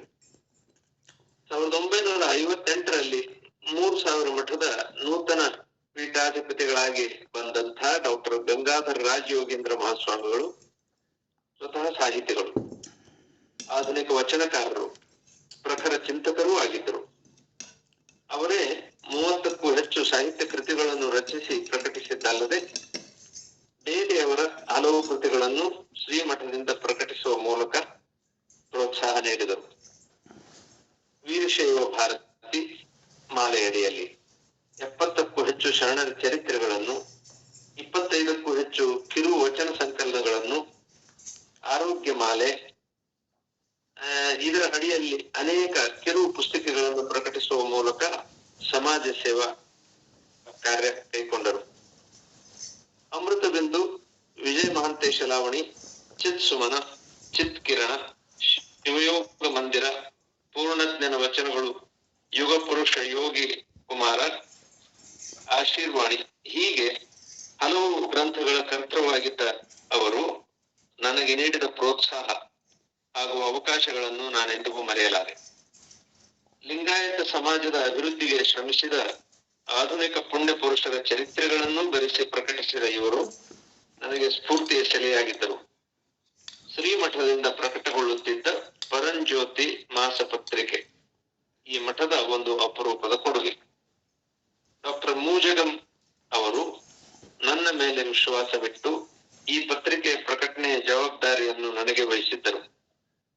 ಲೇಖನ ಬರೆಯುವುದು, ಸಂಗ್ರಹಿಸುವುದು, ಮಳೆ ಜೋಡಿಸುವುದು, ಕರಡು ತಿದ್ದುವುದು. ಮಳೆ ಜೋಡಿಸುವುದು ಅಂತ ಯಾಕಂದ್ರೆ ಅಂದ್ರೆ ಆವಾಗಿನ ಪ್ರೆಸ್ಗಳು ಹಾಗೆ ಇದ್ವು. ನಿನ್ನೆ ಹಿರೇ ಮಠಪತಿ ಅವರು ಅದ್ರ ಬಗ್ಗೆ ಹೇಳಿದ್ದಾರೆ. ಅವರ ಸೋದರ ಮಾವನವರ ಪ್ರೆಸ್ ನಲ್ಲಿ ಅವರು ಅಂತ ಕೆಲಸ ಮಾಡಿದ್ದಾರೆ. ಈ ಎಲ್ಲ ಕೆಲಸಗಳನ್ನ ಮಾಡ್ತಿದ್ರು. ಈ ಎಲ್ಲ ಜವಾಬ್ದಾರಿಗಳನ್ನು ಹೊತ್ತುಕೊಂಡು ನಿರ್ವಹಿಸುವ ಸುಯೋಗ ನನ್ನದಾಗಿತ್ತು. ಒಂದರ್ಥದಲ್ಲಿ ನನಗೆ ಅದೊಂದು ಕಮ್ಮಟವೇ ಆಗಿತ್ತು. ಅತ್ಯಂತ ಸುಂದರವಾಗಿ ಮೌಲಿಕ ಲೇಖನಗಳನ್ನೊಳಗೊಂಡು ಪ್ರಕಟವಾಗುತ್ತಿದ್ದ ಪರಂಜ್ಯೋತಿ ಪತ್ರಿಕೆ 3000 ಮಠದ ಹೆಮ್ಮೆಯ ಪ್ರಕಟಣೆ ಎಂದು ಹೇಳಬೇಕು. ಕಾಲೇಜಿನ ಅಭ್ಯಾಸದ ಜೊತೆಗೆ ಈ ಪತ್ರಿಕೆಯ ಸಂಪಾದನಾ ಕಾರ್ಯವನ್ನು ನಿರ್ವಹಿಸಿದ ಈ ಕಾರ್ಯ ನನ್ನ ಆತ್ಮವಿಶ್ವಾಸವನ್ನು 100 ಪಟ್ಟು ಹೆಚ್ಚಿಸಿತು. ಈ ಹಂತದಲ್ಲಿ 3000 ಮಠದಲ್ಲಿ ನನ್ನ ಸಹಪಾಠಿಗಳಾಗಿದ್ದ ಶಿರಹಟ್ಟಿಯ ಇವತ್ತಿನ ಶ್ರೀಗಳು, ಆನಂದಪುರ ಮಠದ ಶ್ರೀಗಳು, ದುಧನಿ ಶ್ರೀಗಳು, ನಿಡಸೋಸಿ ಶ್ರೀಗಳು, ಇದಲ್ಲದೆ BK ಹಿರೇಮಠ ಬಾಗಲಕೋಟೆಯ ಬಸವೇಶ್ವರ ಕಾಲೇಜಿನ ಪ್ರಾಧ್ಯಾಪಕರಾಗಿ ನಿವೃತ್ತರಾದವರು, ಇವರೆಲ್ಲರ ಸೇವೆಯನ್ನ ನಾನು ಕೃತಜ್ಞತೆಯಿಂದ ಸ್ಮರಿಸಬೇಕು. 3000 ಮಠದಲ್ಲಿ ಅವರು ಇದ್ದಾಗ ಈ ಗ್ರಂಥ ಪ್ರಕಟಣೆಯ ಕುರಿತಾದಂತಹ ಒಂದು ಪ್ರೇರಣೆ ಅವರಿಗೆ ಸಿಗ್ತದೆ. ಮುಂದೆ ಅದು ಅವರು ಗ್ರಂಥ ಪ್ರಕಟಣಾ ಕಾರ್ಯದಲ್ಲಿ ಅವರಿಗೆ ಹೇಗೆ ನೆರವಾಗ್ತದೆ ಅಂತ ಅನ್ನೋದಕ್ಕೆ ಇದೊಂದು ಫೌಂಡೇಶನ್, ಹಂಗೆ ಬೇಸ್ ಅಂತ ನಾನು ಭಾವಿಸ್ಕೊಂಡಿದ್ರಿಂದ 3000 ಮಠದ ಕುರಿತಾಗಿ ಒಂದು ಅಧ್ಯಾಯವನ್ನ ಅಲ್ಲಿ ಸೇರಿಸಬೇಕನ್ನಿಸ್ತು. ಇನ್ನು ಅವರ ಕಾಲೇಜು ದಿನಗಳು ಮತ್ತು ಈ 3000 ಮಠದಲ್ಲಿ ಅವರಿಗೆ ಪರಂಜ್ಯೋತಿ ಪತ್ರಿಕೆಯ ಸಂಪಾದಕರಾಗಿ, ಅಂದ್ರೆ ಅಧಿಕೃತ ಸಂಪಾದಕರು ಮುಜಗಮ್ಮವರೇ ಆಗಿದ್ರು ಕೂಡ ಅದರ ಒಟ್ಟು ಜವಾಬ್ದಾರಿಯನ್ನ ಇವರೇ ಹೊತ್ತುಕೊಂಡಿದ್ರು ಅನ್ನೋ ಕಾರಣದಿಂದ ಕಾಲೇಜು ದಿನಗಳು ಅವು 2. ಅದಕ್ಕೆ ಈ ಮುಂದಿನ ಅಧ್ಯಾಯ ಕಾಲೇಜು ದಿನಗಳದಲ್ಲ, ಅದು ಕೂಡ ಈ 3000 ಮಠದ ಒಂದು ಅವಿಭಾಜ್ಯ ಭಾಗ ಅಂತ ನಾನು ಭಾವಿಸ್ಕೊಂಡು ಅದನ್ನು ತಮಗೆ ಸಾದರಪಡಿಸ್ತೇನೆ. 1960-70 ದಶಕಗಳಲ್ಲಿ ಸ್ಥಿತಿವಂತರು ಹಾಗೂ ಆಸಕ್ತರು ಮಾತ್ರ ಕಾಲೇಜು ಕಟ್ಟೆ ಹತ್ತುತ್ತಿದ್ದರು. ಹೀಗಾಗಿ ಉತ್ತರ ಹಾಗೂ ಹೈದರಾಬಾದ್ ಕರ್ನಾಟಕದಲ್ಲಿ ಕಾಲೇಜುಗಳ ಸಂಖ್ಯೆ ತುಂಬಾ ಕಡಿಮೆ ಇತ್ತು. ಧಾರವಾಡದ Karnataka college, Kittel college, JSS college, ಬೆಳಗಾವಿಯ Lingaraj college, RLS college, Bogate college, GS science college, ವಿಜಾಪುರದ SB ಆರ್ಟ್ಸ್ ಕಾಲೇಜು, ಕಲಬುರಗಿಯ ಶರಣಬಸವೇಶ್ವರ ಕಾಲೇಜು, ಬೀದರ್ನ ಭೂಮರೆಡ್ಡಿ ಕಾಲೇಜು, ಹುಬ್ಬಳ್ಳಿಯ Kadasiddeshwara college, JG commerce college, ಅಂಕೋಲಿಯ BK ಕಾಲೇಜು, ಹೊನ್ನಾವರದ ಬಾಳಿಗ ಕಾಲೇಜು, ಅಂದ್ರೆ ಆಗಿನ ಪ್ರತಿಷ್ಠಿತ ಕಾಲೇಜುಗಳು ಏನಿದ್ವಲ್ಲ, ಇವುಗಳ ಒಂದು ನೆನಪು ಮಾಡಿಕೊಳ್ಳುವಾಗ ಅಗತ್ಯ ಅನಿಸ್ತದೆ. ಈ ಎಲ್ಲ ಕಾಲೇಜುಗಳ ಜೊತೆಗೆ ಇವರು ಓದಿದಂತ ಕಾಡಸಿದ್ದೇಶ್ವರ ಕಾಲೇಜು ಕೂಡ ಒಂದು. ಇನ್ನು ಈ ಭಾಗದ ಏಕೈಕ ವಿಶ್ವವಿದ್ಯಾಲಯ ಅಂದ್ರೆ ಅದು ಧಾರವಾಡದ ಕರ್ನಾಟಕ ವಿಶ್ವವಿದ್ಯಾಲಯ ಆಗಿತ್ತಲ್ಲದೆ ವಿದ್ಯೆಗೆ ಎಲ್ಲಿಲ್ಲದ ಬೆಲೆ ಇತ್ತು. ಇಂಥದ್ರಲ್ಲೂ ಕೆಲ ಶ್ರೀಮಂತರ ಎನ್ನುವುದಕ್ಕಿಂತ ಹಣವಂತ ಮತ್ತು ವತನದಾರರ ಮಕ್ಕಳು ತಮ್ಮ ಪ್ರತಿಷ್ಠೆಗಾಗಿ ಕಾಲೇಜು ವಿಶ್ವವಿದ್ಯಾಲಯಗಳಿಗೆ ಬಂದರೆ, ಕೆಲವು ಆಸಕ್ತರು ಗಂಭೀರ ಅಧ್ಯಯನ ಕೈಕೊಂಡು ಅಗಾಧ ಸಾಧನೆ ಮಾಡಿದ ಉದಾಹರಣೆಗಳು ಇದ್ದವು. ಕಾಲೇಜು ಎಂದರೆ ನಾಲೆಡ್ಜಿನ ಗ್ಯಾರೇಜು. ಕೆಲವರು ಬಂದು ಕುಡಿದು ದೃಶ್ಯ ಹಿಂಗಿಸಿಕೊಳ್ಳುವರು, ಹಲವರು ಬಂದು ಸಿಪ್ ಮಾಡಿ ಗಾಸಿಪ್ ನಲ್ಲಿ ಮುಳುಗುವರು, ಮಿಕ್ಕುಳಿದವರು ಮುಕ್ಕುಳಿಸಿ ಉಗುಳಿ ಲೆಕ್ಕಕ್ಕಿರದಂತೆ ನಿರ್ಗಮಿಸುವರು. ಇದು ನಮ್ಮ ಕಾಲೇಜು ದಿನಗಳಲ್ಲಿ ಪ್ರಚಲಿತವಿದ್ದ ಮಾತು. ಸಿಂದಗಿ ಮಠದ ಉತ್ತರಾಧಿಕಾರಿ ಎಂದು ಗುರುತಿಸಲ್ಪಟ್ಟ ನಾನು ಶಾಂತವೀರ ಪಟ್ಟಾಧ್ಯಕ್ಷರ ಆಶಯದಂತೆ ಚೆನ್ನಾಗಿ ಓದಿ ಪಂಡಿತನಾಗಬೇಕು ಎಂಬ ಸಂದೇಶ ಹೊತ್ತುಕೊಂಡೇ ಕಾಲೇಜಿಗೆ ಸೇರಿಕೊಂಡಿದ್ದೆ. ನಾನು ಓದುತ್ತಿದ್ದ ಕಾಡಸಿದ್ದೇಶ್ವರ ಕಾಲೇಜಿನಲ್ಲಿ ಶ್ರೀನಿವಾಸ್ ತೋಫ್ಖಾನೆ ಅವರಂತಹ ಹೆಸರಾಂತ ಪ್ರಾಧ್ಯಾಪಕರುಗಳಿದ್ರು. ಅಚ್ಚೇವು ಕನ್ನಡದ ದೀಪ ಖ್ಯಾತಿಯ DS ಕರ್ಕಿ ಅಂತವರು ಆ ಕಾಲೇಜಿನಲ್ಲಿ ಪ್ರಾಚಾರ್ಯರಾಗಿ ಒಂದು ಪರಂಪರೆ ನಿರ್ಮಿಸಿದ್ದರು. 3000 ಮಠದಿಂದ ನಡೆದುಕೊಂಡೇ ಕಾಲೇಜಿಗೆ ಹೋಗಿ ಬರುತ್ತಿದ್ದೆವು. ತುಂಬಾ ಶ್ರದ್ಧೆಯಿಂದ ಅಭ್ಯಾಸ ಮಾಡುತ್ತಿದ್ದೆವು. ಆ ದಿನಗಳಲ್ಲಿ ಅತ್ಯಂತ ಮಿತಭಾಷೆಯಾಗಿದ್ದ ನಾನು ಸಹಪಾಠಿಗಳ ಜೊತೆಗಾಗಲಿ ಪ್ರಾಧ್ಯಾಪಕರ ಜೊತೆಗಾಗಲಿ ಹೆಚ್ಚು ಬೆರೆಯುತ್ತಿರಲಿಲ್ಲ. ನಾನಾಯ್ತು, ಪಾಠ ಪ್ರವಚನವಾಯಿತು. ಮಠಕ್ಕೆ ಹೋದ ನಂತರ ಪರಂಜ್ಯೋತಿ ಪತ್ರಿಕೆಗಾಗಿ ಬರವಣಿಗೆ, ಮುದ್ರಣ ಇತ್ಯಾದಿಗಳಲ್ಲಿ ಬಿಡುವಿರದೆ ತೊಡಗಿರುತ್ತಿದ್ದೆ. ರಜಾ ದಿನಗಳಲ್ಲಿ ಸಿಂದಗಿಗೆ ಹೋದಾಗ ಆಪ್ತರೊಂದಿಗೆ ಮಿತ್ರರೊಂದಿಗೆ ಸಂತೋಷದಿಂದ ದಿನಗಳನ್ನು ಕಳೆದು ಬರುತ್ತಿದ್ದೆ. ನಿತ್ಯ ಸಂಜೆ ವಾಯುವಿಹಾರಕ್ಕೆ ಗೆಳೆಯರೊಂದಿಗೆ ಹೋದಾಗ ಓದಿದ ಹೊಸ ಪುಸ್ತಕಗಳ ಕುರಿತು ಮಾತನಾಡುತ್ತಿದ್ದೆ, ಹೊಸ ಹೊಸ ಕಥೆಗಳನ್ನು ಹೇಳುತ್ತಿದ್ದೆ. ಹೀಗಾಗಿ ನಾನು ಸಿಂದಗಿಗೆ ಯಾವಾಗ ಬರುತ್ತೇನೋ ಎಂದು ಅವರೆಲ್ಲ ಕಾಯುತ್ತಿದ್ದರು. ಶ್ರಾವಣ ಮಾಸದಲ್ಲಿ 1 ತಿಂಗಳ ಕಾಲ ನಾನೇ ಪ್ರವಚನ ಮಾಡಬೇಕು ಎಂಬುದು ದೊಡ್ಡಪ್ಪನವರ ಅಪೇಕ್ಷೆಯಾಗಿರುತ್ತಿತ್ತು. ನನ್ನ ಅಧ್ಯಯನ ಆಸಕ್ತಿ ಮತ್ತು ಸ್ವಭಾವಕ್ಕೆ ಅದು ಒಗ್ಗಿತ್ತು ಕೂಡ. ನನಗೆ ಅಚ್ಚರಿಯಾಗುವಂತೆ ಊರಾನ ಮಠದ ತುಂಬಾ ಭಕ್ತರು ಬಂದು ಸೇರಿಬಿಡುತ್ತಿದ್ದರು. ವಸ್ತ್ರದ ಸಿದ್ದಲಿಂಗಯ್ಯ ಮಾಸ್ತರು, ಅವರ ಶ್ರೀಮತಿ, ಮಕ್ಕಳು, ಪ್ರಿನ್ಸಿಪಲ್ ಸಾಲಿಮಠ ಅವರ ಕುಟುಂಬ, ಡಾಕ್ಟರ್ ಬೊಮ್ಮಣ್ಣಿ, ವಾರದ, ಮನುಗೂಳಿ, ಹೀಗೆ ಎಲ್ಲರೂ ಕುಟುಂಬ ಸಮೇತ ನನ್ನ ಪ್ರವಚನ ಕೇಳಲು ಬರುತ್ತಿದ್ದರು.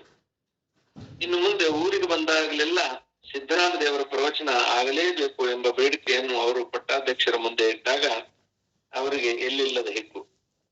ತಾವು ನೆಟ್ಟ ಗಿಡ ಫಲ ಕೊಡುತ್ತಿದೆ ಎಂಬ ಸಂತೋಷದಲ್ಲಿ ಅವರು ಉಬ್ಬಿ ಹೋಗಿದ್ದರು. ಬರೀ ಕೇಳಿ ಸಂತೋಷ ಪಡುವುದರಿಂದ ಪ್ರಯೋಜನವೇನು? ಮುಂದಿನ ಪೀಳಿಗೆಗೆ ಮತ್ತು ಊರಿಗೆ ಅದರ ಲಾಭ ತಟ್ಟಬೇಕು. ಇದಕ್ಕೆ ನಾವು ಏನಾದರೂ ಮಾಡಬೇಕು ಎಂದು ಡಾಕ್ಟರ್ ಬೊಮ್ಮಣ್ಣಿ ಅವರನ್ನು ಕರೆದು ಚರ್ಚಿಸಿ ನಿಯಮಿತವಾಗಿ ಶಿವಾನುಭವ ಗೋಷ್ಠಿಗಳನ್ನು ಸಿಂದಗಿ ಪಟ್ಟಣದಲ್ಲಿ ಮಾತ್ರ ಅಲ್ಲ, ಸಮೀಪದ ಹಳ್ಳಿಗಳಲ್ಲೂ ಏರ್ಪಡಿಸುವ ಯೋಜನೆ ರೂಪಿಸಿದೆವು. ಹಾಗೆ ಸಾರ್ವಜನಿಕ ವಾಚನಾಲಯ ಸ್ಥಾಪಿಸುವ ನಿರ್ಧಾರ ಕೈಗೊಂಡೆವು. ಮುಂದೆ ನಾನು ವಿದ್ಯಾಭ್ಯಾಸ ಮುಗಿಸಿ ಬಂದ ನಂತರ ಮಾಡಬಹುದಾದ ಬದಲಾವಣೆಗಳಿಗೆ ಇದು ಅಡಿಪಾಯವಾಗಲಿ ಎಂಬ ಆಶಯ ನನ್ನದಾಗಿತ್ತು. ಬಹಳ ಒಳ್ಳೆ ವಿಚಾರ ಹೇಳಿದ್ರಿ ದೇವರು. ನಮಗೆ ಇದು ಹೊಳೆದಿದ್ದೇ ಇಲ್ಲ. ಆದ್ರೆ ಊರಿಂದ ಊರಿಗೆ ಹೋಗಿ ಶಿವಾನುಭವ ಗೋಷ್ಠಿ ಮಾಡ್ಬೇಕಾದ್ರೆ ಅದಕ್ಕೊಂದಿಷ್ಟು ಹಣ ಕೂಡಿಸ್ಬೇಕಾಗ್ತದಲ್ಲ ಎಂದರು ಡಾಕ್ಟರ್ ಬೊಮ್ಮಣ್ಣಿ. ಹಣ ಯಾಕೆ ಬೇಕು ನಾನು ಕೇಳಿದೆ. ಅಲ್ಲಿ ಕಾರ್ಯಕ್ರಮ ಮಾಡೋದಕ್ಕ ಬಂದ ಅತಿಥಿಗಳಿಗೆ ಗೌರವಧನ, ಹೋಗಿ ಬರೋದಕ್ಕೆ ದಾರಿ ಖರ್ಚು, ಬಂದವರಿಗೆ ಉಪಹಾರ, ಇಂಥದಕ್ಕೆಲ್ಲ. ನೋಡ್ರಿ, ಸಮಾಜ ಕಾರ್ಯ ಮಾಡೋರು ತುಸು ಕೈ ತುಸು ಮೈ ಸುಟ್ಕೊಳಕಬೇಕು. ಆದ್ರ ಅದು ನಮಗೂ ಭಾರ ಆಗದಷ್ಟಿರ್ಬೇಕು. ನೀವು ನಿಮ್ಮಂಥವ್ರು ಸ್ವಂತ ಖರ್ಚಿನೊಳಗ ಹೋಗಿ ಬರ್ಬೇಕು. ನಮ್ಮೊಳಗಿನ ಯಾರಾದ್ರೂ ಒಬ್ರು ತಯಾರು ಮಾಡ್ಕೊಂಡು ಹೋಗಿ ಭಾಷಣ ಪ್ರವಚನ ಮಾಡ್ಬೇಕು. ಮೊದಲಿಗೆ ಯಾರ್ದಾದ್ರೂ ಒಬ್ಬರ ಮನೆಯೊಳಗ ಕಂದೀಲ್ ಬೆಳಕಿನೊಳಗ ಕಾರ್ಯಕ್ರಮ ನಡೀಲಿ. ಅವರು ಪ್ರೀತಿಯಿಂದ ಕೊಡೋ ಚುರುಮುರಿ ಶೇಂಗಾನ ಪ್ರಸಾದ ಆಗ್ಲಿ. ಒಟ್ಟಿನ ಮೇಲೆ ಹೊತ್ಕೊಂಡವರು ದಣಿಲಾರ್ದಂಗ ಈ ಕಾರ್ಯಕ್ರಮಗಳು ಜಾರಿಗೆ ಬರ್ಲಿ. ನಾನು ಇಲ್ಲಿಗೆ ಬಂದಾಗ ನಾನು ಬರ್ತೀನಿ ಆಯ್ತಲ್ಲ. ನನ್ನ ಮಾತುಗಳಿಂದ ಅವರಲ್ಲಿ ಆತ್ಮವಿಶ್ವಾಸ ಹುಟ್ಟಿದೆದ್ದಿತ್ತು. ಅವರೊಂದಿಗೆ ಬಂದಿದ್ದ ಮಾರ್ಸ್ನಹಳ್ಳಿ ಗುರುಗಳು, ರೇವಡಿಗಾರರು ಹುರುಪಿನಿಂದ ಈ ಯೋಜನೆ ಯಶಸ್ವಿಗೊಳಿಸುವ ಶಪಥ ಮಾಡಿದರು.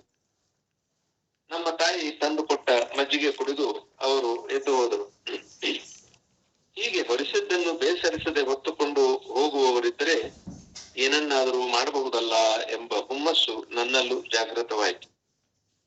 ಮತ್ತೆ ಏನೇನು ಯೋಜನೆಗಳನ್ನು ಹಾಕಿಕೊಳ್ಳಬೇಕು ಎಂದು ಆಲೋಚಿಸುತ್ತಾ ಕುಳಿತೆ. ಸಿದ್ದು, ಒಂದಿಷ್ಟು ಚೂಡನ ಬಾಯಾಗ ಹಾಕೋರಲ್ಲ. ನನ್ನ ತಾಯಿ ಗಂಗಾಳದಲ್ಲಿ ಚೂಡ ಹಾಕಿ ತಂದಿಟ್ಟಳು. ಬೇಡವಾ, ತಗೊಂಡು ಹೋಗುವ ಎಂದೆ. ಬ್ಯಾಡಿ ಹಾಕ, ತಗೋರಲ್ಲ. ಯಾವತ್ತು ನೋಡಿದ್ರು ಮಾತು ಪ್ರವಚನ ಇದೇ ಆಯ್ತು. ಊರಿಗೆ ಬಂದಾಗ ಕಮ್ಮಗ ಉಂಡು ತಿಂದು ಹೋಗ್ಬೇಕಿಲ್ಲ? ಬೇಸರ ವ್ಯಕ್ತಪಡಿಸಿದಳು. ನಾನು ಕಮ್ಮಗ ಉಂಡು ತಿಂದು ಹೋಗಾಕ ಬಂದಿರ್ತೀನೇನು ಊರಿಗೆ? ಯಾತಕರ ಬರುವಲ್ಲಿ. ಬಂದಾಗ ಉಂಡು ತಿಂದು ಹೋದ್ರೆ ಹಡದ ತಾಯಿಗೆ ಹೌಸಿ ಆಗ್ತದೇನಪ್ಪ. ಒಂದಿನ ಯವ್ವ ನನಗಿಂತದ್ದು ತಿನ್ನುವಂಗಾಗೈತಿ, ಮಾಡಿಕೊಡು ಅಂತೀಯ. ಅಡಿಗೆ ಮನೆಯಾಗ ಬಂದು ನೀನಾಗಿ ಏನು ತಗೊಂಡು ತಿಂದಿಯ? ಸತ್ತ ಮಾಡಿ ಎಂದರ ಏನರ ಬಾಯಾಗ ಹಾಕೊಂಡಿಯ? ಹೇಳಿ ನೋಡು. ನನ್ನ ತಾಯಿ. ನಾನು ಆಗಲೂ ಕೆರೆದ ಆಕೆ ಅವನ ಮೇಲೆ ಇಷ್ಟು ಸತ್ತ ಮಾಡ್ಲಾರ್ದಂಥವ ನೀ ಎಂಥ ಮಗನು? ಮಕ್ಕಳಿಗೆ ಉಣಸಾಕ ತಿನ್ಸಾಕಂತ ತಾಯಿ ಒಂದು ಕಳ್ಳು ಅದನ್ನೆಂದು ತುಂಬಿಸಾವ್ ನೀನು? ಅದಕ್ಕೂ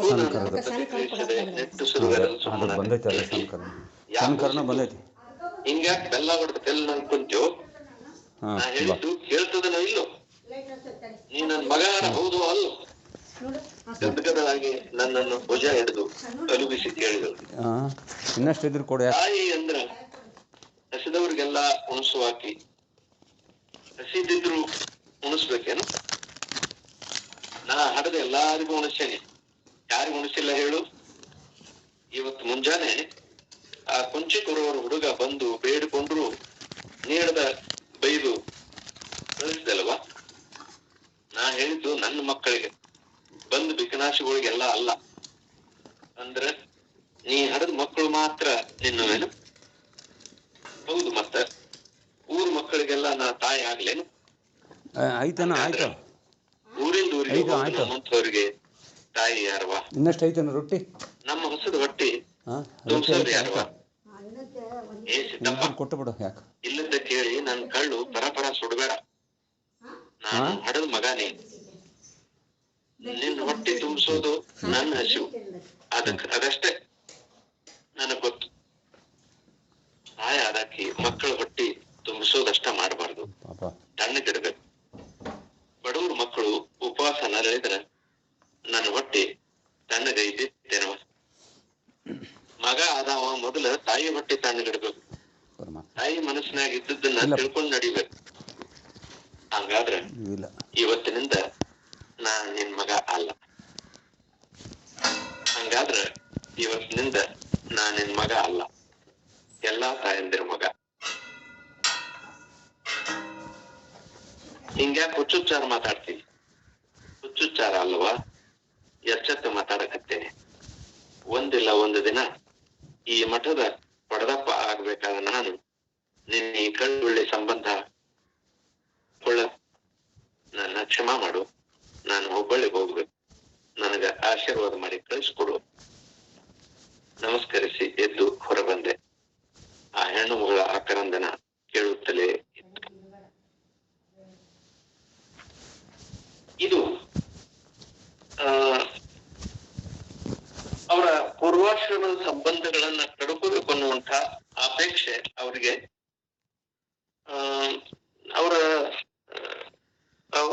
ಅವ್ರು ಇನ್ನೂ ಪಟ್ಟದೇವರಾಗೋಕ್ಕಿಂತ ಮುಂಚೆ ಮತ್ತೆ ಅವ್ರಿಗೆ 3000 ಮಠದಲ್ಲಿ ಇದ್ದು ಆ ಪರಂಜ್ಯೋತಿಯ ಪುಸ್ತಕಗಳಲ್ಲಿ ಅವರ ಅಧ್ಯಯನ ಮತ್ತು ಪ್ರವೃತ್ತಿಯಿಂದ ಪ್ರೇರಿತವಾದಂತಹ ಈ ಗುಣಗಳು, ಇದು ಯಾವ ಪುಸ್ತಕದಲ್ಲೂ ದೊರಕ ಮಾಹಿತಿ ಅಲ್ಲ. ಒಬ್ಬ ಸಂತನ ಇತಿಹಾಸ ನಮಗೆ ಸಿಗೋದಿಲ್ಲ, ಕಟ್ಟಿಕೋಬೇಕಾಗ್ತದೆ. ನಾನು ಕಾದಂಬರಿ ರೂಪದಲ್ಲಿ ಇದನ್ನ ಬರೆಯುವಾಗ ನನಗೆ ಸಿಕ್ಕಂತಹ ಸ್ವಾತಂತ್ರ್ಯ ಇದು. ಈ ಸ್ವಾತಂತ್ರ್ಯವನ್ನ ನಾನು ಬಳಸಿಕೊಂಡು ಈ ದೃಶ್ಯವನ್ನ ಇಲ್ಲಿ ನಾನು ಕಟ್ಟಿಕೊಡುವಂತಹ ಒಂದು ಪ್ರಯತ್ನ ಮಾಡಿದ್ದೇನೆ. ಇಷ್ಟು ಇವತ್ತಿಗೆ ಸಾಕು ಅನ್ನಿಸ್ತದೆ. ಇನ್ನು ಮುಂದೆ ಇದರ ಕುರಿತಾಗಿ ಚರ್ಚೆ ಅಥವಾ ಸಂವಾದವನ್ನ ಮುಂದುವರ್ಸೋಣ ಅಂತ ಹೇಳ್ತಾ ಎಲ್ಲರಿಗೂ ಇಲ್ಲಿವರೆಗೆ ಶ್ರೀ ಬಾಪುಗೌಡ ಪಾಟೀಲ್ ಅವರು ಉರಿಯ ಗದ್ದಿಗೆಯ 3ನೇ ಅಧ್ಯಾಯವನ್ನ ನಮ್ಮೆಲ್ಲರ ಮುಂದೆ ಬಿಚ್ಚಿಟ್ಟಿದ್ದಾರೆ. ಹಲವಾರು ವಿಷಯಗಳು ಇದರಲ್ಲಿ ಬಿಚ್ಚಿಕೊಂಡಿವೆ. ಅವರು ಹೇಳಿದಂತೆ ನಾನು ಕೂಡ ಪ್ರಿಂಟಿಂಗ್ ಪ್ರೆಸ್ ನಲ್ಲಿ ಅಕ್ಷರ ಜೋಡಿಸೋದು, ಮಳೆ ಜೋಡಿಸೋದು, ಪ್ರಿಂಟ್ ಮಾಡೋದು ಹಾಗೂ ಬೈಂಡಿಂಗ್ ಮಾಡೋದು, ಇದೆಲ್ಲವನ್ನ ನಾನು ನನ್ನ ವೃತ್ತಿ ಜೀವನದೊಂದಿಗೆ ಬಿಡುವಿನ ವೇಳೆಯಲ್ಲಿ ಇದೆಲ್ಲ ನಾನು ಮಾಡ್ತಾ ಇದ್ದೆ. ರಜೆ ದಿನಗಳನ್ನ ಈ ರೀತಿಯಾಗಿ ಬಳಕೆ ಮಾಡ್ತಾ ಇದ್ದೆ. ಅದಕ್ಕಿಂತ ಪೂರ್ವದಲ್ಲಿ ನಾನು ಈ ಗುಡಾರ ಪಟ್ಟಿಗಳನ್ನ, ಜಾಡಿ ಪಟ್ಟಿಗಳನ್ನ ನೇಯ್ತಾ ಇದ್ದೆ. ಇವೆಲ್ಲ ನಮ್ಮ ಬದುಕು ಕಟ್ಟಿಕೊಳ್ಳಲಿಕ್ಕೆ ಸಣ್ಣ ಸಣ್ಣ ಪೂರಕವಾಗಿ ಉದ್ಯೋಗ ಅಂತ ಹೇಳ್ಕೊಂಡು ನಾನು ಭಾವಿಸಿದ್ದೇನೆ. ಇಲ್ಲೊಂದು ಹೊಸ ಚಿಂತನೆಯನ್ನ ನಾವು ಇಂದಿನ ದಿನಮಾನದಲ್ಲಿ ಕಂಡೀವಿ. ಏನಂದ್ರೆ, ಒಬ್ಬ ಸಮಾಜ ಕೋರಿಗಳನ್ನ ತಿದ್ದಬೇಕಾಗಿದ್ದರೆ ಸಮಾಜದೊಂದಿಗೆ ಬೆರೆಯಬೇಕು. ಅದಕ್ಕೆ ಮಠಾಧೀಶರಾದಂಥವರು ಶಿವಾನುಭವಗಳ ಮೂಲಕ, ಅಂದ್ರೆ ಒಳ್ಳೆ ಒಳ್ಳೆ ಮಾತುಗಳನ್ನ ಹೇಳಿ ಅವರ ಬದುಕನ್ನ ಸುಂದರಗೊಳಿಸುವಂತಹ ನಿಟ್ಟಿಗೆ ಶಿವಾನುಭವ ಅಂತ ಕರೀತಾರೆ. ಅಂತ ಶಿವಾನುಭವಗಳನ್ನ ಸುತ್ತಮುತ್ತಲ ಹಳ್ಳಿ ಒಳಗೆ ಏರ್ಪಾಡು ಮಾಡಬೇಕು ಅನ್ನುವಂತ ಒಂದು ತುಡಿತವನ್ನ ಸಿದ್ದರಾಮ ದೇವರು ಆಗಿನ ಸಂದರ್ಭದೊಳಗ ಪ್ರಸ್ತುತಪಡಿಸ್ತಾರೆ.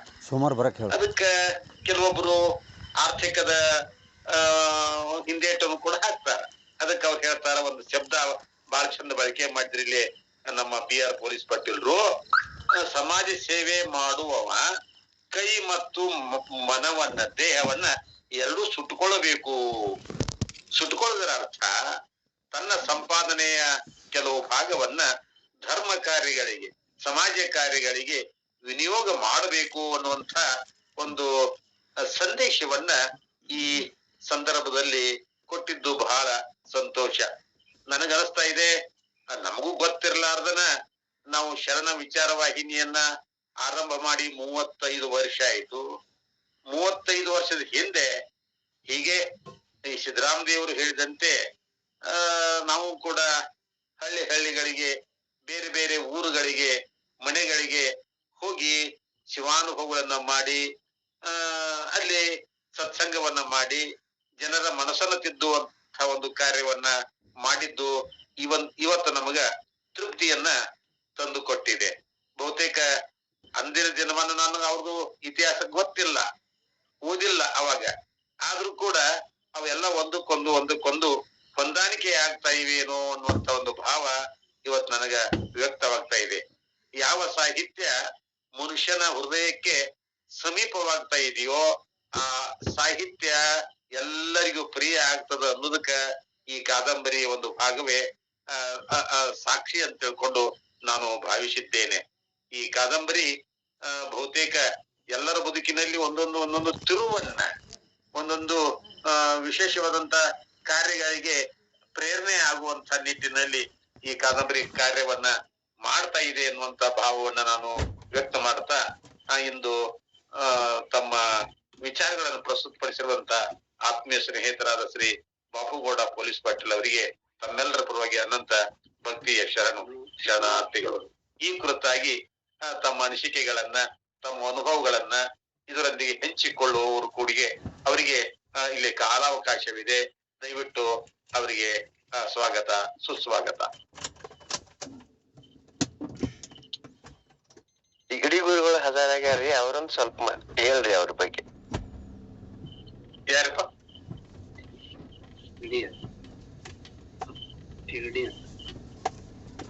ಹೇಳ್ರಿ.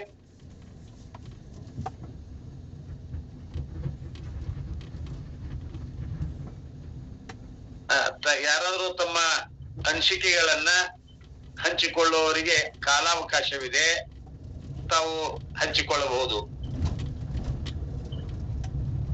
ಪೂಜ್ಯ ರಘುಕವಿಯ ಬ್ರಹ್ಮಾನಂದ ಆಶ್ರಮದ ಪೂಜ್ಯ ಗುರುಸಿದ್ಧ ಮಹಾಸ್ವಾಮಿಗಳವರು ಕೂಡ ತಮ್ಮ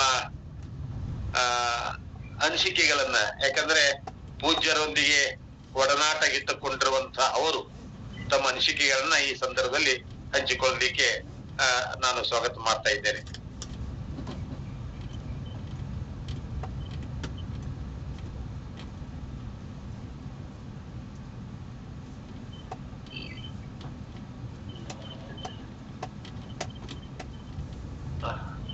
ಹಲೋ, ಪೂಜ್ಯರಲ್ಲಿ ನಾನು ವಿನಂತಿ ಮಾಡ್ಕೊಳ್ತಾ ಇದ್ದೇನೆ. ಮತ್ತೊಂದು ವಿಷಯದಲ್ಲಿ ಚರ್ಚೆ ಮಾಡ್ತೇನೆ. ಶರಣಾರ್ಥರಿ, ಅದೇ ಇನ್ನೊಂದು ಅಧ್ಯಾಯ, ಬೇರೆ ಅಧ್ಯಾಯ ಬಂದಾಗ ನೋಡಿ ಚರ್ಚೆ ಮಾಡ್ತೀನಿ, ಚಿಂತನೆ ಮಾಡ್ತೀನಿ. ಆಯ್ತು, ಧನ್ಯವಾದಗಳು. ಶ್ರೀ MG ಮುಳುಕೂರು ಗುರುಗಳಿಗೆ ಒಂದು ಪ್ರಶ್ನೆಯನ್ನು ಇಟ್ಟಿದ್ದಾರೆ ನಮ್ಮ BR ಪೊಲೀಸ್ ಪಾಟೀಲ್ರು. ಈ ಮೊಳಕೆ ಕಾಳುಗಳನ್ನ ಯಾವ ಪ್ರಮಾಣದಲ್ಲಿ, ಯಾವ ವೇಳೆಯಲ್ಲಿ ನಾವು ಸ್ವೀಕಾರ ಮಾಡಬೇಕು ಅನ್ನುವಂತ ಒಂದು ಪ್ರಶ್ನೆ ಇಟ್ಟಿದ್ದಾರೆ. ಅದಕ್ಕೆ ಮುಳುಕೂರು ಗುರುಗಳು ಈಗ ವಿವರಣೆಯನ್ನು ನೀಡ್ತಾ ಇದ್ದಾರೆ. ಸರ್, ಅದು ನಾಳೆ ವಿವರಣೆ ನೀಡೋಣ. ಈಗ ನಾನು ಯೋಗಕ್ಕೆ ಹೊರಟೇನೆ ಬೆಳಿಗ್ಗೆ. ಇದಕ್ಕೆ ನಾಳೆ ಉತ್ತರ ಕೊಡೋಣ, ತೊಂದರೆ ಇಲ್ಲ. ಅದು ಮುಂದೆ ಬರುತ್ತೆ. ಈಗ ನಾನು ಅವರಲ್ಲಿ ಉತ್ಸಾಹ ಕ್ರಿಯೇಟ್ ಮಾಡಬೇಕು, ಅದನ್ನು ಉಪಯೋಗಿಸೋಕೆ ಅವ್ರ ಮೈಂಡ್ ಚೇಂಜ್ ಮಾಡಬೇಕು. ನೀವು ಆಗಲೇ ಹೇಳಿದಿರಿ. ಫಸ್ಟು ಅದು ಅವರಲ್ಲಿ ಇದು ಉಪಯೋಗ ಮಾಡೋದೇನು ತೊಂದರೆ ಇಲ್ಲ, ಎಲ್ಲರಿಗೂ ಗೊತ್ತಿದೆ, ಎಲ್ಲ ಮಾಡ್ತಾ ಇದ್ದಾರೆ. ಆದರೆ ಅವರಲ್ಲಿ ಪ್ರಚೋದನೆ ಆಗಬೇಕು. ಅವರು ನಾವು ಉಪಯೋಗ ಮಾಡಬೇಕಪ್ಪ ಅನ್ನತಕ್ಕಂಥ ಮನಸ್ಸು ಬರಬೇಕು. ಆ ಮನಸ್ಸನ್ನು ಫಸ್ಟು ಕ್ರಿಯೇಟ್ ಮಾಡಿ, ಯಾವ ರೀತಿ ಬಿಲ್ಡಿಂಗ್ ಕಟ್ಟಬೇಕಾಯ್ತಾರೆ ಮೊದಲು ಹಸನ್ ಮಾಡ್ತಾರಲ್ಲ, ತಲೆ ಒಳಗೆ ಇರೋದನ್ನು, ಸೈಟಲ್ಲಿರೋದನ್ನು ಹಂಗೆ ಹಸನ್ ಮಾಡಿ ಅವರಿಗೆ ಆ ಪ್ರೇರಣೆ ನೀಡ್ತಕ್ಕಂಥದ್ದು ಫಸ್ಟ್ ನಾನು ಅನುಸರಿಸ್ತಕ್ಕಂಥದ್ದು. ಮಾಡೋದು ಸುಲಭ ಇದೆ. ಅದು ನಾಳೆ ಅವರು ಅವ್ರದ್ದು ಏನು ಒಂದು ಇದಂದರೆ, ಬೇಗ ನಾಳೆ ಜಾಯ್ನ್ ಆಗದಿದ್ರೆ ಹೇಗೆ ಅವ್ರಿಗೆ ತೊಂದರೆ ಆಗುತ್ತೆ ಅಲ್ಲ ಅಂತ ಅವ್ರದ್ದು. ಜಾಯ್ನ್ ಆಗಬೇಕು ಅವ್ರು ನಾಳೆ, ಯಾಕಂದರೆ ಇದನ್ನು ಮಿಸ್ ಮಾಡ್ಕೋತಾರೆ. ಅದನ್ನು ನಾವೇನು ಮಾಡೋಕ್ಕಾಗಲ್ಲ ಹಾಗೆ. ಅದಕ್ಕಾಗಿ ಅವ್ರು ನಾಳೆ ಜಾಯ್ನ್ ಆಗಲಿ, ಅದ್ರ ಬಗ್ಗೆ ಹೆಚ್ಚಿನ ವಿಷಯ ಚಿಂತನೆ ಮಾಡೋಣ, ತೊಂದರೆ ಇಲ್ಲ.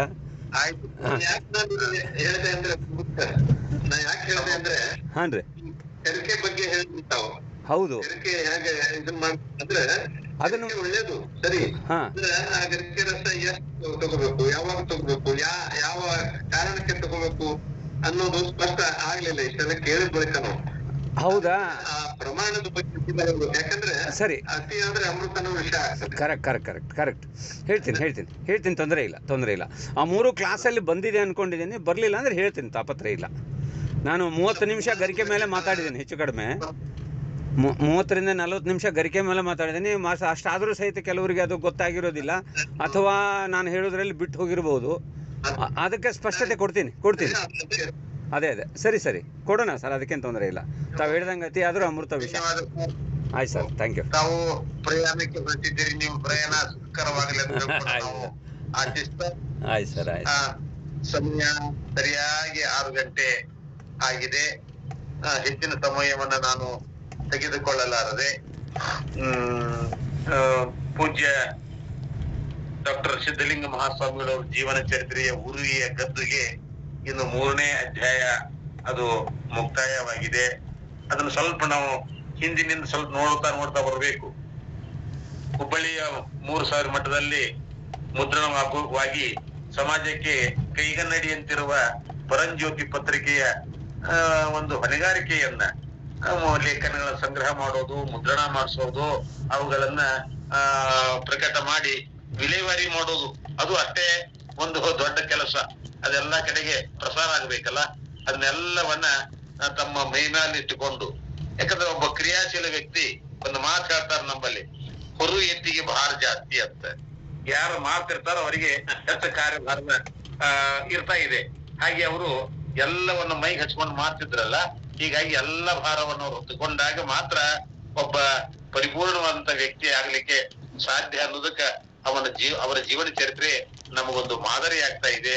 ಆ ಹಿನ್ನೆಲೆ ಒಳಗ ಆ ಪರಂಜ್ಯೋತಿ ಪತ್ರಿಕೆಯನ್ನ ನಡೆಸುವುದರೊಂದಿಗೆ ಆಗಾಗ ಹುಬ್ಬಳ್ಳಿಯಿಂದ ಸಿಂದಗಿ ತಮ್ಮ ಊರಿಗೆ ಹೋದಂತ ಸಂದರ್ಭದಲ್ಲಿ ಗೆಳೆಯರೊಂದಿಗೆ ಮಾಡಿರುವಂತ ಈ ಒಂದು ಸಂವಾದ ಅಂದ್ರೆ ಅವರಲ್ಲಿ ಏನ್ ಕಂಡು ಬರ್ತಾ ಇದೆ ಅಂದ್ರೆ, ತಾನು ತಿಳಿಕೊಂಡದ್ದನ್ನ ಇನ್ನೊಬ್ಬರಿಗೆ ತಿಳಿಸಿ ಸಂತೋಷ ಪಡುವುದು. ಯಾವಾಗ ಮನುಷ್ಯ ಸಂತೋಷ ಪಡ್ತಾನೋ ಅವನಲ್ಲಿ ಉತ್ಸಾಹ ಹೆಚ್ಚಾಗ್ತದ.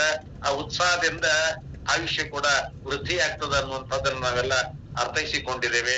ಆ ಕಾರಣಕ್ಕಾಗಿ ಸಿಂದಗಿಯ ಶಾಂತವೀರ ಪಟ್ಟದೇವರಿಗೆ ಎಷ್ಟು ಖುಷಿ ಆಗ್ತದ ಅಂದ್ರೆ ಅದನ್ನ ಅವ್ರು ಬಾಯಿ ಬಿಟ್ಟ ಹೇಳೋದಿಲ್ಲ.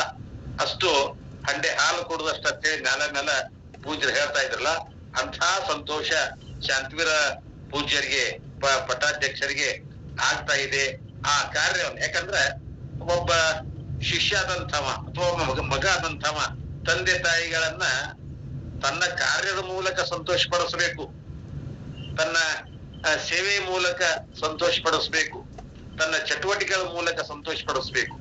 ಹಾಗೆ ಇಲ್ಲಿ ಸಿದ್ದರಾಮ ದೇವರು ಕೂಡ ತಮ್ಮ ಗುರುಗಳಾಗಿರುವಂತ ಶಾಂತವೀರ ಪಟ್ಟಾಧ್ಯಕ್ಷರನ್ನ ಸಂತೋಷ ಪಡಿಸ್ತಾರ. ತಾವು ಮಾಡುವ ಒಳ್ಳೆಯ ಕಾರ್ಯಗಳು, ವಿಧಾಯಕ ಕಾರ್ಯಗಳು, ಕ್ರಿಯಾತ್ಮಕ ಚಟುವಟಿಕೆಗಳ ಮೂಲಕ ಅವರನ್ನ ಸಂತೋಷಗೊಳಿಸ್ತಾ ಇದ್ರು ಅನ್ನೋದನ್ನ ನಾವೆಲ್ಲ ಇಲ್ಲಿ ಕಾಣ್ತಾ ಇದ್ದೇವೆ. ಇದೊಂದು ಸಮಾಜಕ್ಕೆ ಸಂದೇಶ, ಮಕ್ಕಳಿಗೆ ಸಂದೇಶ, ಶಿಷ್ಯರಿಗೆ ಸಂದೇಶ. ಈ ಸಂದೇಶಗಳನ್ನ ನಾವು ತಿಳಿಸುವುದೇ ಈ ಗೂಗಲ್ ಮೀಟದ ಒಂದು ಸಣ್ಣ ಪ್ರಯತ್ನ. ಈ ಗೂಗಲ್ ಮೀಟದಲ್ಲಿ ಇಂದು ಬಹಳಷ್ಟು ಜನ ಜಾಯಿನ್ ಆಗಿದ್ರು. ಅಂಥವ್ರೆಲ್ಲರಿಗೂ ನಾನು ಭಕ್ತಿಪೂರ್ವಕವಂತ ಶರಣಾರ್ಥಿಗಳನ್ನ ಸಲ್ಲಿಸ್ತಾ, ಇಂದಿನ ದಿನವು ಎಲ್ಲರಿಗೂ ಲಿಂಗಮಯ ಆಗ್ಲಿ ಅಂತ ತಿಳ್ಕೊಂಡು ನಾನು ಆಶಿಸ್ತಾ, ಕೊನೆಯಲ್ಲಿ ತಂದೆ ನೀನು, ತಾಯಿ ನೀನು,